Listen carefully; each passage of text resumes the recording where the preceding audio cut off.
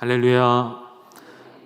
우리 옆에 계신 분과 인사하실까요? 잘 오셨습니다. 한번 인사하시죠. 한 번 더 인사 이렇게 나오셨으면 좋겠습니다. 반갑습니다 하고 인사하실까요? 네, 제가 하기 전에 미리 반가워서 이렇게 손 흔드시는 분들도 계시네요. 비록 10%밖에 허용되지 않은 상황이라 다 나올 수 없지만 이렇게라도 우리가 함께 한자리에서 예배할 수 있음이 또다시 한번 얼마나 감사한지를 또 매일 생각하게 되는 시간들인 것 같습니다.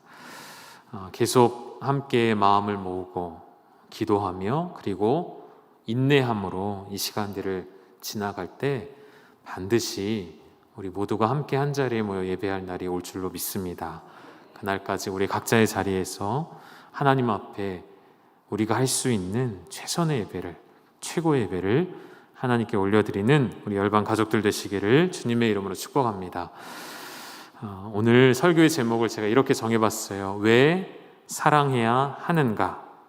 그리고 제 원고에는 제가 괄호를 쳐놓고 이렇게도 써봤어요. 왜 형제를 사랑해야만 하는가? 이렇게 적어보기도 했습니다. 이것이 오늘 설교의 방향이 되겠고, 왜 사랑해야 할까요? 이렇게 바꿔서 질문을 여러분께 드려보고 싶습니다. 꼭 사랑해야 할까요? 꼭 사랑해야만 신앙생활을 잘하는 걸까요? 나 혼자 조용히 법을 잘 지키고 도덕적으로도 부족함이 없게 살고 남에게 피해주지 않고 내가 혼자 집에서 이렇게 영상으로 예배 드리면서 기독교 방송에서 나오는 수많은 예배 그렇게 매일매일 드리면서 나 홀로 신앙생활 잘하면 되지 않을까요? 꼭 형제와 자매와 관계를 맺고 공동체 안에서 사랑을 해야만 하는가? 라는 질문에 어떻게 답을 할 수가 있겠습니까? 대답은 꼭 사랑해야 합니다. 왜냐하면 우리의 믿음은 공동체를 근간에 두고 있기 때문이고 하나님께서 우리에게 베풀어 주신 사랑 또한 관계적인 사랑으로 우리에게 다가오셨기 때문에 사랑은 혼자 할 수 있는 것이 아닙니다. 그래서 오늘 왜 사랑해야 하는가를 제가 5가지 이유로 꼽아서 말씀을 드릴 거고요. 결론부터 말씀을 드리면 이렇게 5가지 이유를 꼽으면서 구구절절히 설명을 드리고 설교를 하는 것은 결국 우리에게서 사랑하지 않아야 할 이유는 없다는 것, 사랑하지 않을 핑곗거리는 우리에게서 찾을 수가 없다는 것을 우리가 확인하고자 함입니다. 우리 한번 살펴보실까요? 첫 번째입니다. 왜 우리는 사랑해야 하는가? 하나님의 무엇이기 때문이죠? 명령이시기 때문입니다. 여러분, 사랑이라는 이 개념이 언제부터 사람에게 생겨났을까요? 그리고 어디로부터 사랑은 출발을 했을까요? 요한은 오늘 본문에서 분명히 밝히고 있죠. 요한일서 4장 7절을 보시면 사랑은 하나님께 속한 것이라 이야기하고요. 그리고 사랑하는 자마다 하나님으로부터 난다고 말을 합니다. 그렇죠. 사랑은 사람에게서 나온 감정이 아니라 하나님으로부터 나온 것입니다. 그리고 8절을 이어서 보시면 사랑하지 아니하는 자는 하나님을 알지 못한다라고 고백하는 것처럼 하나님을 알지 못하는 세상에서 말하는 사랑의 개념은 결코 완전한 사랑이 될 수가 없고 온전한 사랑이 될 수가 없는 것입니다. 또 한 가지, 우리가 종종 하나님 앞에 기도를 드릴 때에 이런 고백을 여러분 하시지요. 하나님, 우리와 함께 해 주십시오. 하나님, 나와 동행하여 주십시오. 이런 기도를 하시지 않습니까? 그런데 하나님은 이미 그 기도에, 우리의 간구에 이미 답을 주셨어요. 뭐라고 주셨냐면 요한일서 4장 12절의 말씀에 이렇게 답을 주셨죠. 우리 같이 한번 읽도록 하겠습니다. 시작. 어느 때나 하나님을 본 사람이 없으되 만일 우리가 서로 사랑하면 하나님이 우리 안에 거하시고 그의 사랑이 우리 안에 온전히 이루어지느니라. 아멘. 하나님 우리와 함께 해주십시오. 하나님 뭐라 말씀하셨죠? 그래 내가 너희 안에 이미 들어와 있어 라고 말씀하시는데 그 앞에 뭐라고 되어 있냐면 우리가 서로 사랑하면 이라는 말이 붙어 있어요. 우리가 서로 사랑할 때 하나님이 우리와 함께 하심을 우리는 발견할 수가 있다는 것이죠. 서로 사랑하라는 그분의 말씀, 그분의 계명, 이 말씀을 지켜 행하는 자에게 하나님의 함께 하심을 나타내시겠다는 말인 것이죠. 여러분, 사랑은 그저 순간적이고 뜨거운 감정을 말하는 것이 아닙니다. 남녀 간의 육체적인 사랑을 말하는 것이 아니죠.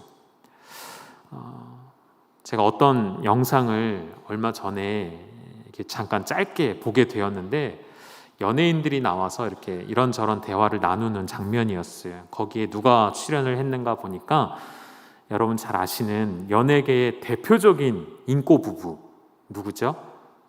최수종 씨와 하이라 씨가 이렇게 나와가지고 여러 사람들하고 대화를 나누는데 한 사람이 질문을 했어요. 아직도 아내를 보면 설레이시냐 그랬더니 최수종 씨가 뭐라고 그랬을까요? 네, 아직도 아내를 보면 설레인대요. 우리 형제님들 제가 질문을 하지 않겠습니다. 그 사람이 이번엔 하이라 씨한테 질문을 던졌어요. 하이라 씨도 남편 최수종 씨를 보면 지금도 설레이신가요? 뭐라고 했을까요? 고민도 하지 않고 아니요, 저는 그 정도는 아닌데요. 자매님들 어떠신가요? 뭘 이야기하려고 하는 것이냐면 인간의 뜨거운 감정, 처음 만나 교제하며 설레이고 가슴이 두근거리던 그 감정은 감정적인 사랑인 것이죠. 그 사랑의 인간적인 사랑으로서는 영원히 지속될 수가 없어요. 그 답을 들었던 최수종 씨가 금세 자기도 말을 바꾸더라고요. 나도 그런 의미의 가슴이 콩닥거리는 설레임은 아니고 이 사람의 존재 자체로서 사랑하기 때문에 그것을 표현했다 이렇게 말을 하더라고요. 누군가는 또 이렇게도 이야기하더라고요. 처음 만났던 그 설레임과 가슴의 두근거림이 부부 생활을 30년 하는 동안 계속되어지면 아마 두 사람 다 심장마비로 세상을 떠나가게 될 거다. 인간의 사랑은 온전한 사랑이 될 수가 없습니다. 성경은 사랑을 어떻게 정의하고 있을까요? 우리가 잘 알고 있는 사랑장으로 가서 확인을 해보실까요? 고린도전서 13장의 말씀, 조금 길지만 중요한 내용이니까 우리 한번 읽어보시죠. 시작. 사랑은 오래 참고 사랑은 온유하며 시기하지 아니하며 사랑은 자랑하지 아니하며 교만하지 아니하며 무례히 행하지 아니하며 자기의 유익을 구하지 아니하며 성내지 아니하며 악한 것을 생각하지 아니하며 불의를 기뻐하지 아니하며 진리와 함께 기뻐하고 모든 것을 참으며 모든 것을 믿으며 모든 것을 바라며 모든 것을 견디느니라. 아멘. 성경이 정의한 이 사랑, 하나님께서 우리에게 정의해 주신 이 사랑, 이 사랑의 내용들을 하나하나 살펴보게 되면 결론은 무엇이냐면 불가능하다예요. 여러분, 이러한 사랑으로 아내를 사랑하고 남편을 사랑하고 이웃을 사랑하는 분들이 계십니까? 나와 있는 단어 하나하나, 문구 하나하나를 다 보면 결국 이 사랑은 결론은 제가 이렇게 내려오고 싶어요. 죽으라는 거예요. 죽어 없어져야 한다는 거예요. 그렇지 않고서는 이 사랑을 행할 수가 없어요. 이 어렵고 불가능해 보이는 사랑을 행하시고 이루신 이가 있죠. 누구이십니까?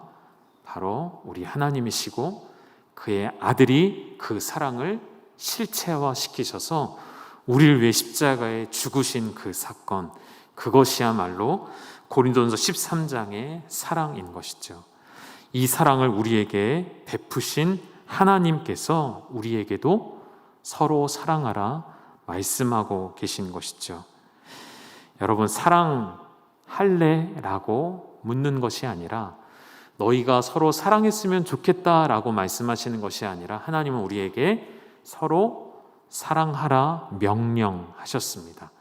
여러분, 명령이라는 것을 여러분 주목하셔야 돼요. 명령에는 다른 이유가 붙지 않습니다. 명령에는 다른 말들이 더 붙지가 않습니다. 명령에는 오직 무엇이죠? 복종 외에는 다른 길이 없는 것이죠. 하나님께서 왜 우리에게 사랑하라 명령하셨을까요? 그만큼 어려운 일이기 때문인 것이죠. 그만큼 우리의 마음으로는 하기 싫은 것이기 때문이에요. 이 13장의 말씀 여러분 읽으셨던 대로 이 사랑은 내가 손해봐야만 하는 사랑처럼 보이죠. 내가 완전히 나의 의견을 죽이고 나의 자아를 죽이고 내가 죽어져야만 가능한 것을 성경은 이야기하니 우리는 이렇게 사랑할 수 없는 존재이기에 그것을 아는 주님은 우리에게 고민하라는 것이 아니에요. 어떻게 사랑할까 제보라는 것이 아니고 무조건 순종하라 명령으로 주셨다는 것이죠. 우리 하나님은 꼭 내가 사랑하고 싶지 않은 사람을 사랑하라고 말씀하시는 것만 같습니다. 내가 품을 수 없는 사람을 콕 집어서 그를 용서하고 사랑하라고 말씀하시는 분이십니다. 더 어렵죠. 잘 안 되죠. 그래서 사랑은 명령인 것입니다. 사랑하는 여러분, 그 명령에 순종하셔서 복종하셔서 하나님 주시는 복을 누리시기를 주님의 이름으로 축원합니다. 왜 사랑해야 하는가? 두 번째는 오늘 성경의 본문에 나온 그대로입니다. 심판의 날에 우리로 하여금 담대하게 하시려고입니다.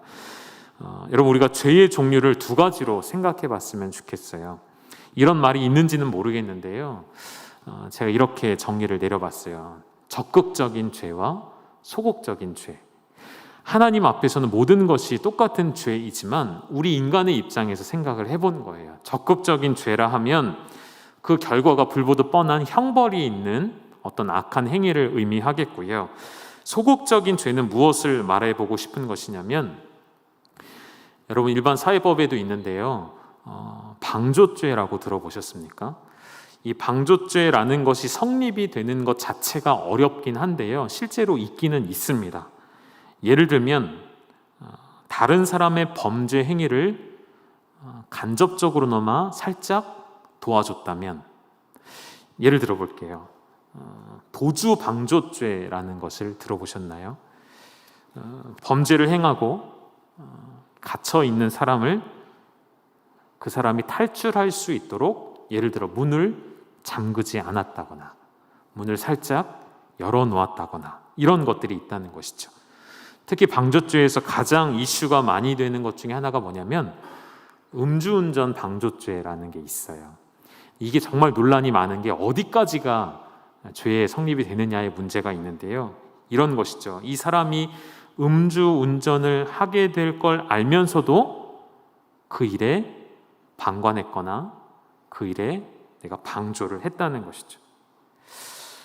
그래서 잘 성립이 안 되는 죄이긴 해요. 논란이 많거든요. 그런데 어찌되었든 적극적으로 내가 죄의 행위에 가담하지 않았음에도 사회에서도 그것을 죄라고 여기는 경우가 있다는 것이죠. 어떤 말씀을 드리려고 이러한 예를 들면요, 사랑하지 않는 것 죄일까요? 아닐까요? 살인을 하는 건 죄죠. 형제를 미워하는 건 죄죠. 사랑하지 않는 것은요? 성경에서 우리 확인해 볼까요? 우리가 지나왔던 말씀인데 3장의 말씀, 요한일서 3장 14절과 15절 우리 두 구절 함께 읽도록 하겠습니다. 시작. 우리는 형제를 사랑함으로 사망에서 옮겨 생명으로 들어간 줄을 알거니와 사랑하지 아니하는 자는 사망에 머물러 있느니라.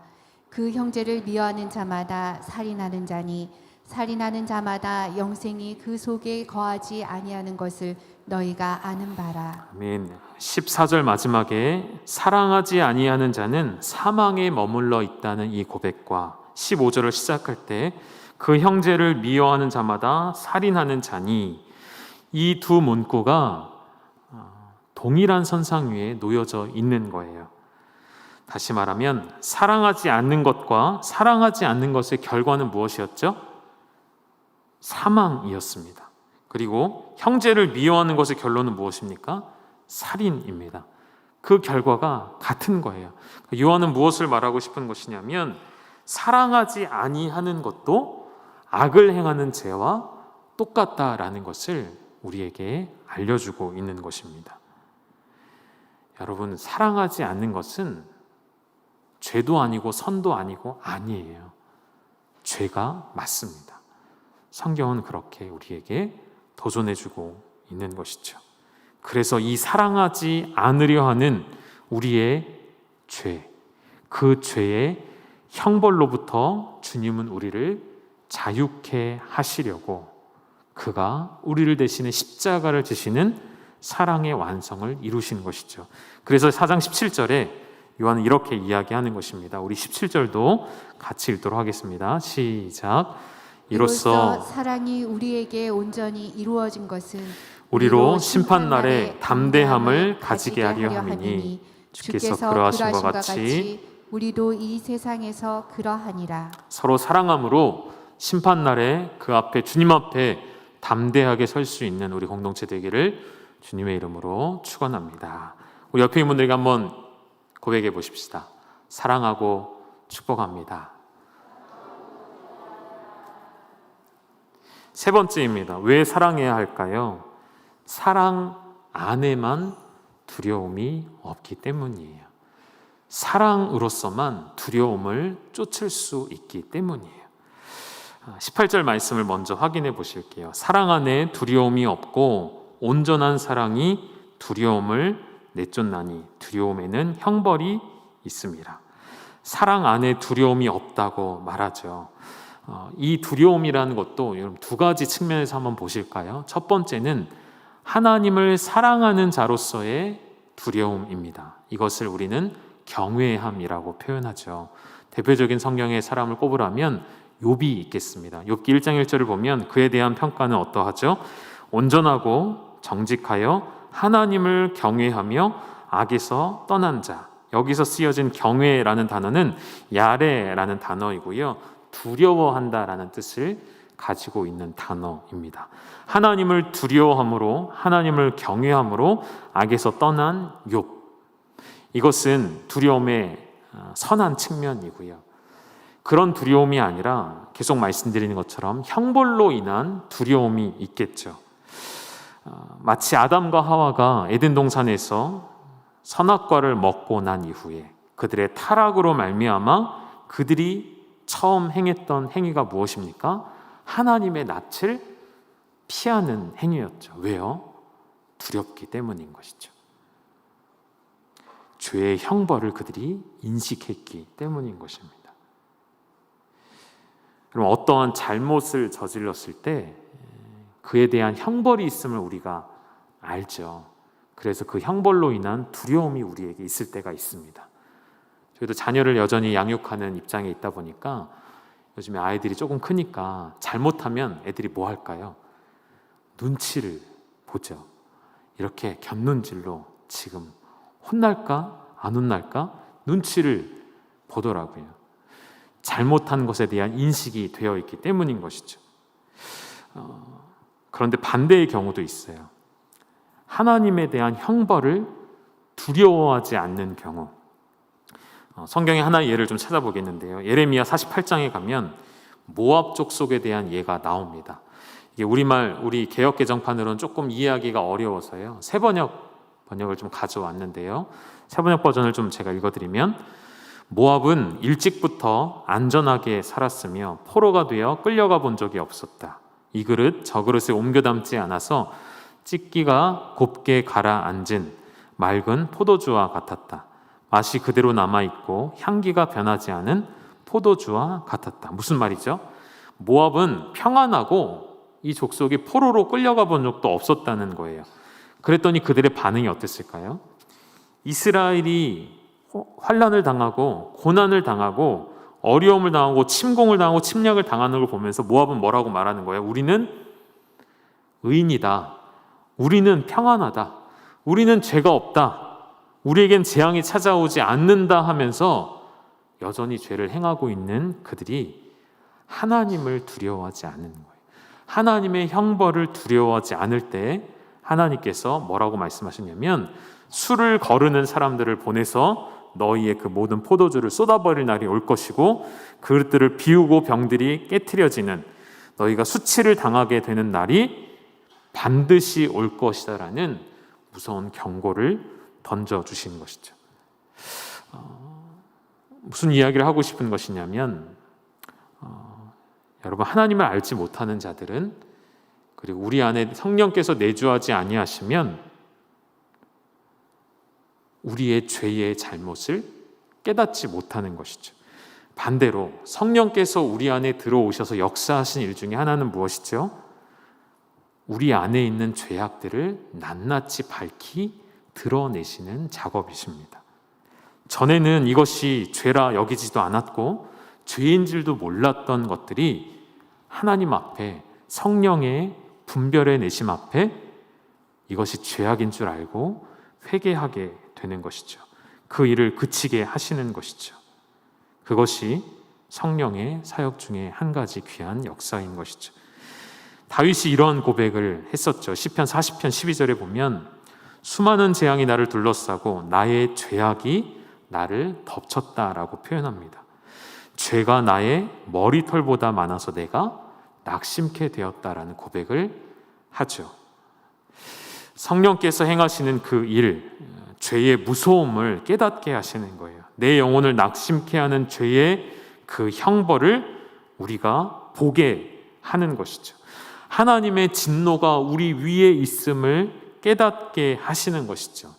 그것을 깨닫게 되어지면 우리 어떻게 해야 되죠? 주님 앞에 회개하며 돌이켜야 하는데 두 가지의 반응이 일어나는 것 같아요. 첫 번째는 회개하며 이 죄의 상태에서 어떻게 해서든지 벗어나려는 노력이 있겠고요.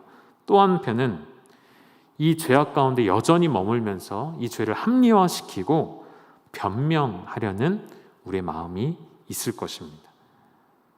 여러분, 이 두 가지 모두 다 결국 우리의 어떠한 합리화, 우리의 어떤 돌이키려는 노력으로도 우리는 의롭다함을 얻을 수가 없는 것이죠. 성령께서 우리의 죄를 발견케 하시는 것은 우리로 하여금 그 죄에서 빨리 떠나라는 것뿐만이 아니라 더 중요한 것을 알려주시는 거예요. 뭐죠? 우리는 스스로 결코 거룩해질 수 없고 스스로 의로워질 수 없음을 알게 하셔서 우리 안에서 우리를 의롭게 하는 것이 나오는 것이 아니라 우리가 의롭게 되면 전가된 의라 성경은 이야기하죠. 밖으로부터 우리에게 부어진 의예요. 우리 안에서 스스로 자정된 의가 아니라 하나님이 주시는 의, 밖에서 우리 안으로 부어진 의라는 것을 알게 하셔서 나의 모든 노력을 내려놓게 하시고 주님의 공로만을 의지하게 하는 것이 성령의 역사인 것이죠. 여러분, 그러하기 때문에 사랑 안에만 두려움이 없다는 것입니다. 하나님 아버지의 사랑 안에만, 그리스도의 몸소 보여주신 사랑 안에만 모든 두려움은 떠나가게 됨을 믿으시기를 주님의 이름으로 축복합니다. 찬양에 이러한 가사가 있더라고요. 온전케 되리라는 찬양 많이 불러보셨죠. 그 가사에 보면 주님의 사랑 날 만지시니 내 모든 두려움 사라지네 라는 가사가 있습니다. 주님의 사랑이 우리 안에 들어와야만 우리 안에 있는 모든 죄로 인한 형벌의 두려움이 떠나가게 되는 것이죠. 다시 그래서 18절을 읽게 되어지면 사랑 안에 두려움이 없고 온전한 사랑이 두려움을 내쫓습니다.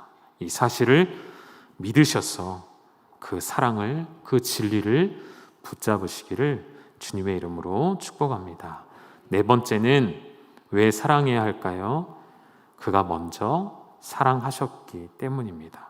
요한일서 4장 19절 말씀처럼 우리가 사랑함은 그가 먼저 우리를 사랑하셨습니다.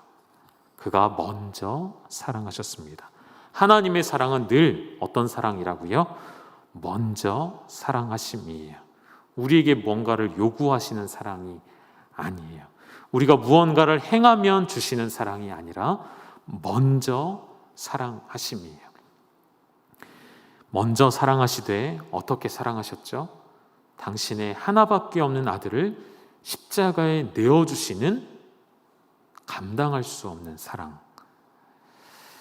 오늘 이 이야기 속에 전 여러분에게 좀 진지하게 도전해드리고 싶은 것이 있습니다.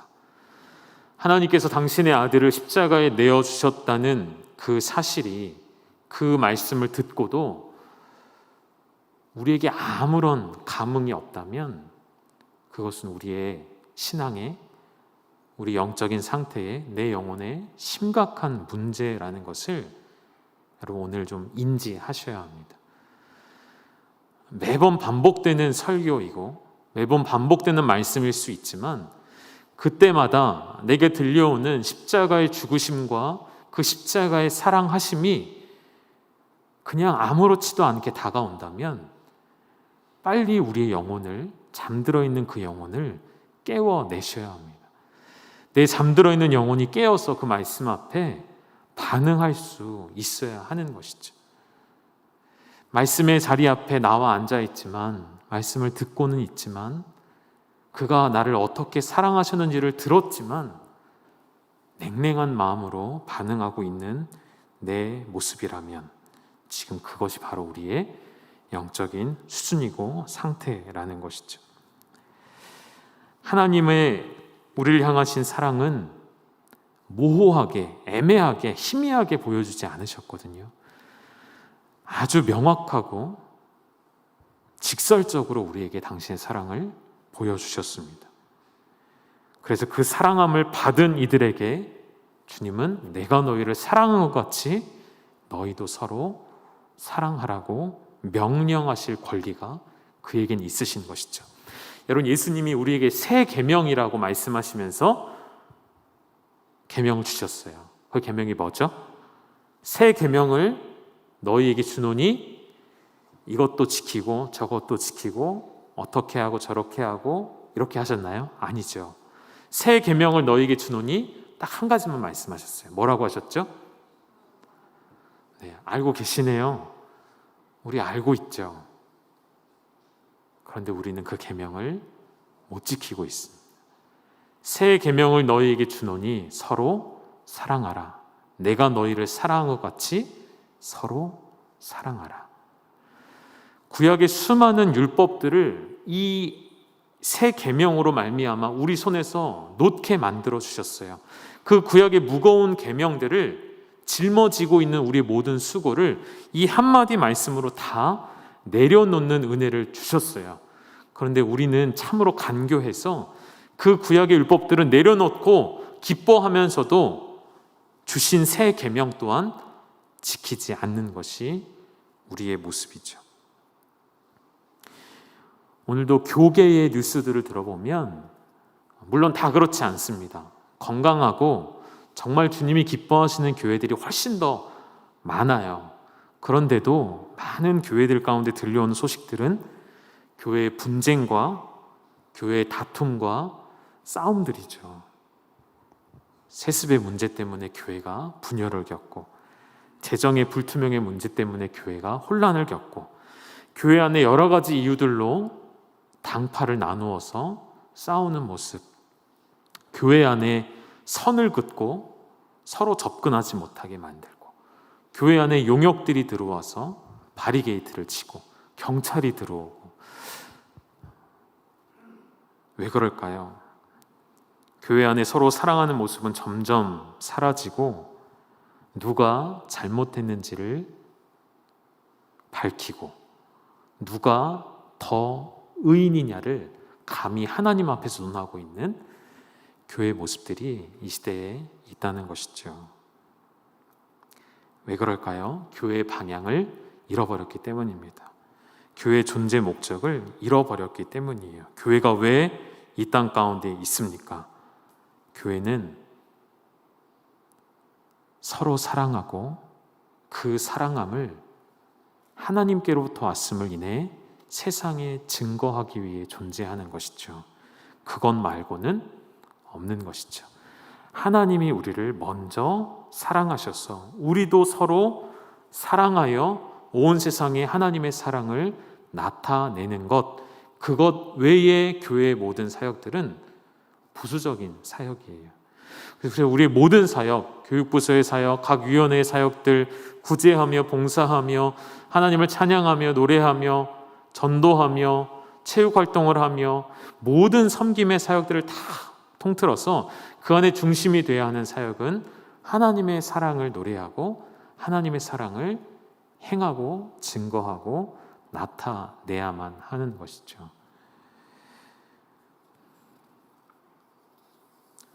누가복음 7장에 예수님께서 한 비유를 들어서 사랑에 대해 설명하십니다. 500데나리온 빚진 자의 이야기를 하시고 50데나리온 빚진 자의 이야기를 하시죠. 500데나리온 하면 우리가 얼마인지 잘 가늠이 안 되기 때문에 한 데나리온이 하루의 품삯이라고 계산하고 평균 잡아 예를 들어서 20만 원이라고 잡아볼게요. 그러면 500데나리온은 1억입니다. 50데나리온은 1000만 원이에요. 1억을 탕감받은 자와 1000만 원을 탕감받은 자가 있습니다. 주님 뭐라고 물으시냐면 누가 더 많이 사랑하겠느냐? 탕감해 준 자에게 누가 더 은혜를 느끼겠느냐? 누가 더 사랑하겠느냐? 쟤들이 뭐라고 했을까요? 더 많이 탕감받은 자입니다. 맞죠? 이것이 우리에게 무엇을 교훈해 주십니까? 여러분 얼마나 하나님을 사랑하시는지 그것을 보려면 얼마나 형제를 사랑하는지를 보면 됩니다. 얼마나 교회를 사랑하는지를 보려면 얼마나 내 이웃을, 내 공동체를 사랑하느냐를 보면 되는 것이죠. 그렇다면 내가 은혜를 많이 받으면 받을수록, 내가 사랑을 많이 받으면 받을수록 그 사랑을 베풀 수밖에 없기에 내가 사랑하지 않는다는 것은 내가 받은 하나님의 사랑을 인정하지 않는다는 말이 되죠.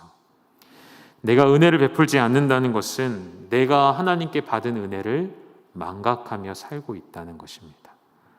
내가 사랑하지 않으면 내가 사랑받았음을 거부하는 것입니다. 무겁게 들리십니까? 무겁게 들리셔야 합니다. 두렵게 다가오셔야 합니다. 사랑하지 않는 것은 죄이기에, 사랑하지 않는 것은 하나님의 사랑을 거절하는 것이기에, 그가 먼저 사랑하심으로 우리 또한 형제를 사랑하고, 형제를 사랑한다는 것은 곧 보이지 않는 하나님을 사랑하는 최고의 표현이라는 것이죠. 백날 하나님께 사랑합니다라고 고백하는 것보다 내 옆에 있는 한 형제를 사랑하는 것이 하나님을 사랑하는 것이라고 우리에게 가르쳐주고 계시기에, 그 가르침을 받은 우리 열방의 모든 성도님들, 하나님을 사랑한다라고 말하기 전에 먼저 내 옆에 지체를 사랑할 수 있는 저와 여러분 될 수 있기를 주님의 이름으로 축복합니다. 수영로교회 원로 목사님이 성도님들에게 늘 이런 말씀을 하신대요. 눈에 보이는 목회자에게도 순종하지 못하면서 어찌 하나님께 순종한다고 말할 수 있는가? 이걸 오해하시면 안 됩니다. 목사에게 무조건 복장하라는 말이 절대 아니고요. 그것이 절대 아니에요. 눈에 보이지 않는 하나님께 순종한다고 하면서, 눈에 보이지 않는 하나님을 섬긴다고 말하면서 우리는 눈에 보이는 옆에 있는 한 지체도 섬길 수 없고 사랑할 수 없지 않습니까? 그것이 우리의 모순이라는 것이죠. 그래서 우리 20절로 가보실까요? 20절 말씀입니다. 함께 읽겠습니다. 시작. 누구든지 하나님을 사랑하노라 하고 그 형제를 미워하면 이는 거짓말하는 자니, 보는 바 그 형제를 사랑하지 아니하는 자는 보지 못하는 바 하나님을 사랑할 수 없느니라. 이 말씀이 우리 마음에 오늘 새겨질 수 있기를 주님의 이름으로 축복합니다. 마지막 다섯 번째는 주의 날개 그늘 아래에 거하려고입니다. 우리가 많이 듣죠. 하나님의 그늘 아래 혹은 날개 그늘, 이런 표현들을 많이 쓰잖아요. 이 표현이 성경에 자주 나오는 표현입니다. 특별히 시편을 보게 되어지면 다윗이 이런 고백들을 많이 하는데요. 주중에 우리가 묵상했던 시편 63편에도 이런 고백이 나옵니다. 우리 7절의 말씀인데 함께 같이 한번 읽어보실까요? 시작. 주는 나의 도움이 되셨습니다. 내가 주의 날개 그늘에서 즐겁게 부르리이다. 주의 날개 그늘이라는 표현을 다윗이 합니다. 먼저 그늘이라는 단어에 좀 주목해 본다면 사진을 하나 보여드릴게요. 이스라엘에게는 특히나 광야가 많기 때문에 그늘의 중요성이 굉장히 크죠. 사막의 오아시스만큼이나 광야에서 귀한 것이 그늘입니다. 그 뜨거운 태양을 잠시라도 막아줄 그늘이 있다면 그들에게는 생명과도 같은 안식처가 되는 것이죠. 우리나라의 더위하고는 좀 달라서요. 우리나라는 습하고 더운 더위잖아요. 근데 이스라엘은 아주 건조한 더위입니다. 그래서 그늘에만 들어가도 시원함이 느껴지기 때문이죠. 이 그늘이 그들에게 주는 의미는 쉼과 안식입니다. 그래서 주의 그늘, 하나님의 그늘이라는 표현을 쓰는 것이죠. 근데 여기 한 단어가 더 붙었어요. 날개라는 단어가 붙었습니다. 다음 사진도 한번 보여주시죠. 오리가 새끼를 날개 아래 품고 있는 사진이에요. 하나님의 날개 그늘 아래라는 표현을 우리가 생각할 때 도움이 될 만한 사진을 좀 띄워드린 건데요. 이 사진으로는 다 표현할 수 없지만 성경에는 분명히 하나님의 날개 그늘이라는 표현이 종종 등장을 하죠. 여러분, 날개 아래는 어떤 곳일까요? 그냥 더위를 식혀주는 그늘이 아니라 이곳은 원수로부터, 대적으로부터, 천적으로부터 지켜주는 세상에서 가장 안전한 보금자리입니다. 저 새끼들을 보십시오. 어미의 날개 품 안에 숨어서 눈만 내놓고 있는 것이죠. 이들에게는 이곳이야말로 세상에서 가장 안전한 곳이죠. 바로 하나님께서 우리에게 베푸신 사랑의 자리가 하나님의 날개 그늘 아래라는 것이죠. 하나님의 사랑으로 당신의 날개 아래 품어진 우리의 모습이 그런데 그 안에서 사랑하지 못하고 싸우고 있는 거예요. 저 날개 아래 들어간 이 오리 새끼들이, 새끼 오리들이 그 안에서 서로 밀어내고 내가 더 깊숙이, 내가 더 안전한 자리를 찾아 들어가려고 힘이 없는 작은 오리를 밀어내고 있는 거예요. 싸우고 있는 거예요. 그것이 오늘 우리의 모습인 것이죠. 사랑하는 여러분, 하나님의 날개 그늘 아래 바로 그 자리는 우리 모두에게 완전한 쉼을 주시는 자리입니다. 그곳은 더 이상 우리가 누군가와 힘겹게 싸울 이유가 없는 자리이죠. 더 이상 그곳은 누가 의인이냐 싸울 필요도 없는 자리이죠. 누가 더 높은 직분에 있느냐 비교할 필요도 없는 자리입니다. 누가 더 의인인가 경쟁할 필요도 없는 자리이죠. 그곳은 우리를 완전히 회복시키는 자리이시고 그곳은 우리를 완전한 자유로 이끄시는 자리이고 그곳은 오늘도 우리를 새롭게 하시는 자리. 오늘도 우리는 하나님의 사랑의 날개 그늘 아래 거하고 있음을 여러분 묵상하셔야 합니다. 그분의 그늘 아래 들어가면 우리 손에 쥐고 있던 문제들을 다 내려놓으셔도 됩니다. 내려놓지 못하는 이유가 무엇일까요? 여전히 하나님의 날개 그늘 아래에 있는 그 안전함을 묵상하지 못하고 세상의 일들을 우리가 묵상하고 있기 때문인 것이죠. 우리가 함께 부를 찬양의 가사에 이런 고백이 있더라고요. 제목이 하나님의 그늘 아래입니다. 하나님의 그늘 아래 내 모든 것 다 내려놓고 나 잠잠히 묵상하네. 그 놀라우신 은혜를, 그 놀라우신 사랑을. 사랑하는 여러분, 흔히들 말하죠. 사랑하기에도 부족한 시간이라고. 그 말은 진리인 것 같습니다. 그가 우리를 먼저 사랑하셨고 그가 우리에게 사랑의 본을 보이셨고 사랑하라 명령하신 주님의 말씀을 지키기에도 부족한 이때에 우리의 다른 생각들, 다른 염려들, 다른 두려움을 주님의 사랑 안에서 내려놓고 그 안에 잠잠히 머물며 서로 사랑하는 주님의 공동체 우리 열방교회 될 수 있기를 주님의 이름으로 축복합니다. 우리 같이 찬양곡 부르시고 기도하시도록 하겠습니다.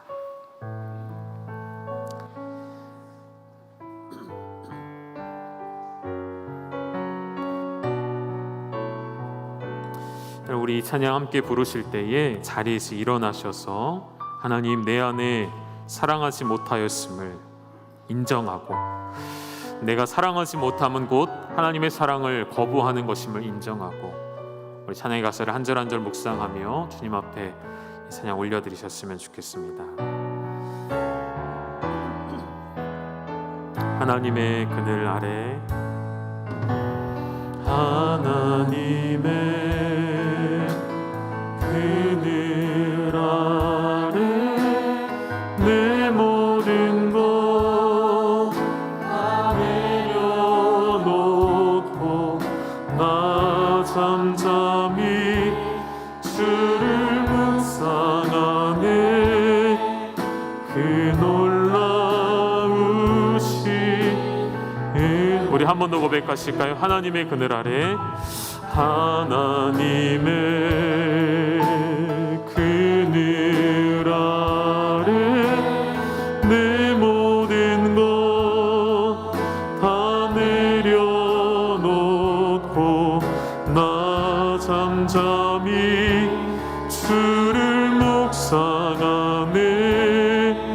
그 놀라우신 은혜를 끝이 없는 주의 사랑 강물되어 흘러 흘러 내 영혼에 자유함 주시네. 날 새롭게 하시네. 하나님 사랑, 하나님 사랑, 그 사랑 날 자유케 하네. 하나님 사랑, 그 사랑 날 회복. 우리 한 번 더 고백하시겠습니다. 하나님의 그늘 아래, 하나님의 내 모든 것 다 내려놓고, 우리의 손에 쥐고 있는 것들, 우리의 육적인 싸움들 다 내려놓으시고 주님의 사랑만을 묵상하겠습니다. 주님의 사랑만을 찬양합니다.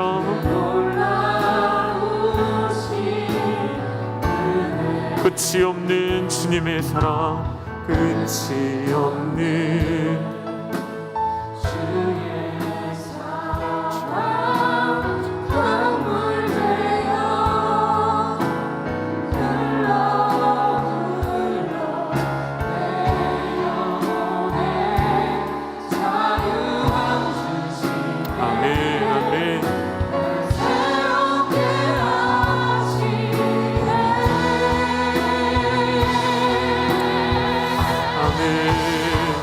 하나님 사랑, 그 사랑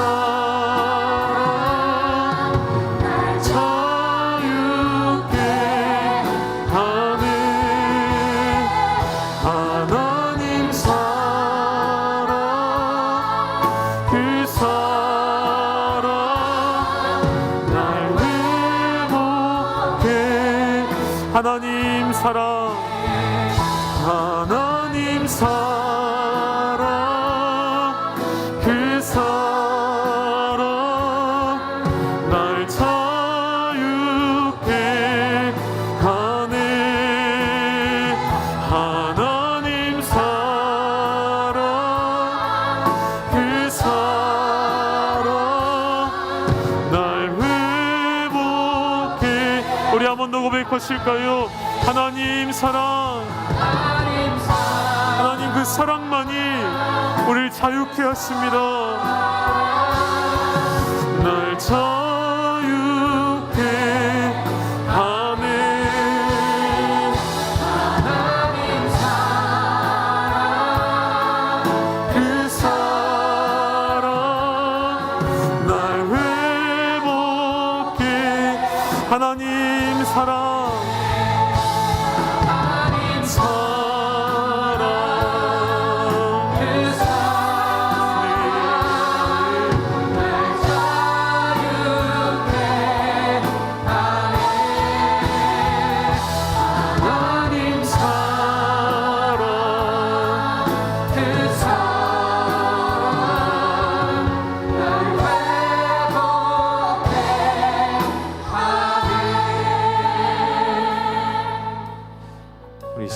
들으신 말씀을 우리에게 선포해 주신 하나님의 말씀을 붙잡고 함께 기도했으면 좋겠습니다. 왜 우리가 사랑하지 못하는지, 나의 사랑하지 못함은 결국 하나님의 사랑을 인정하지 않음이 됨을 우리가 잊고 있었다면, 망각하고 있었다면, 다시 깨닫게 되었다면, 성령께서 우리의 마음 가운데 보여주셨다면 사랑하기를 힘쓰는 나의 삶이 될 수 있도록, 주님의 사랑 안에 우리가 거함에도 그 사랑을 온전히 느끼지 못함은 주님의 사랑을 묵상하는 것이 아니라 서로 사랑하지 아니하고 다투며 분열하고 있기 때문인 것이죠. 하나님, 이 시간 나의 모든 문제와 어려움의 일들을 주님 안에 내려놓고 오직 주님의 사랑만을 잠잠히 묵상하며 내 안에 강물처럼 흘러들어온 그 사랑을 나 또한 마음의 문을 열어 사랑을 흘려보낼 수 있는 주의 축복의 통로, 그러나 우리 열방의 모든 공동체, 우리 모든 사랑하는 지체들 될 수 있도록 이 시간 함께 기도하며 나아가시겠습니다. 하나님 아버지, 오늘도 우리에게 주신 말씀처럼 우리가 오늘 반응하기를 원하오니, 하나님 아버지, 당신의 놀라우신 사랑이 우리 가운데 흘러 들어와 하나님 나를 새롭게 하시는 주님의 능력의 말씀을 오늘도 붙잡고 나아가오니, 내 영혼의 자유함 주시는 말씀, 내 영혼을 회복해 하시는 말씀으로 나를 붙잡아 주시옵소서. 그가 나를 먼저 사랑하셨기에, 그가 나에게 사랑을 보여주셨기에, 주님 나에게 사랑의 실체를 경험케 하셨기에, 주님 오늘도 우리가 그 사랑으로 형제를 사랑하기를 원하오니, 사랑하지 못하는 모든 이유를 내려놓게 하시고 하나님의 그 사랑의 그늘 아래 머물게 하소서.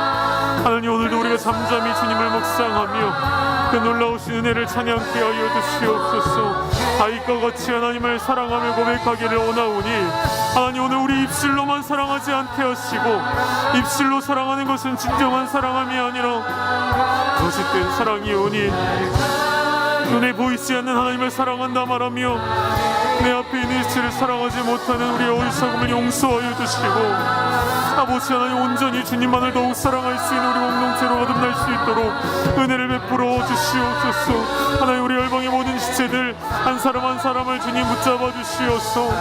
우리 안에 샘솟게 솟아나는 그 놀라우신 사랑으로 서로의 허물을 덮어주며 용납하여 주는 사랑의 공동체로 세워질 수 있도록 주님 은혜를 덮어 주시옵소서. 주님의 사랑이 날 만지시니 우리의 모든 두려움은 사라집니다. 주님, 그 능력으로 날 오늘도 새롭게 하여 주시옵소서. 주님, 날개 그늘 아래 거하는 은혜를 더하여 주시옵소서.